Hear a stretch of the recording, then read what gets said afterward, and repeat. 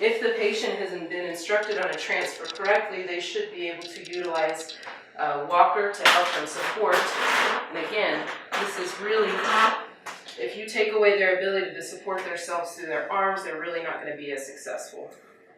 Because Sandy is a two-person transfer, you want your second person in a position that's going to be able to assist you throughout, okay?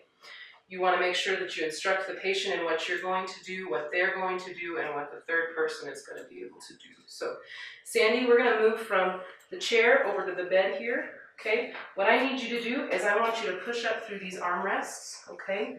Once you get standing, we're just going to pivot over to the bed, okay? Instruct the patient. What I'm going to do, Sandy, is I'm going to help you in the front to make sure that I have a hold of you to make sure that I can help you stand.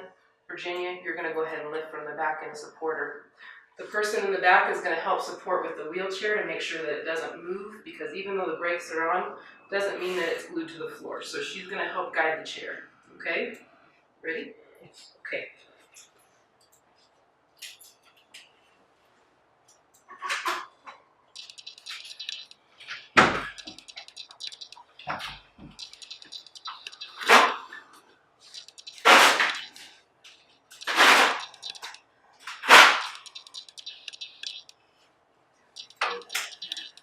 Perfect.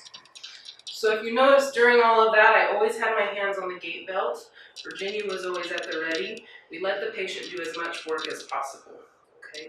That's the biggest problem, is make sure you're not yanking on them and pulling on them, because they'll do a lot better. You also notice that I had her push up from the armrest of the wheelchair rather than pulling on the walker. This isn't stable, so if she's pushing up from the armrest, she can help a lot more than you don't. You save your back, you save her, she can control the transfer a lot better.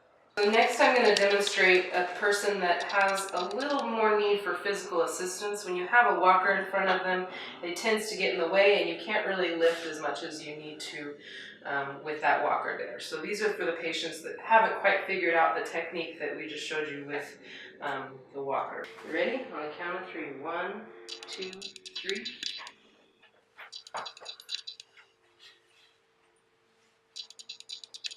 Perfect. You even put weight on it. Yes! Oh, I'm sorry.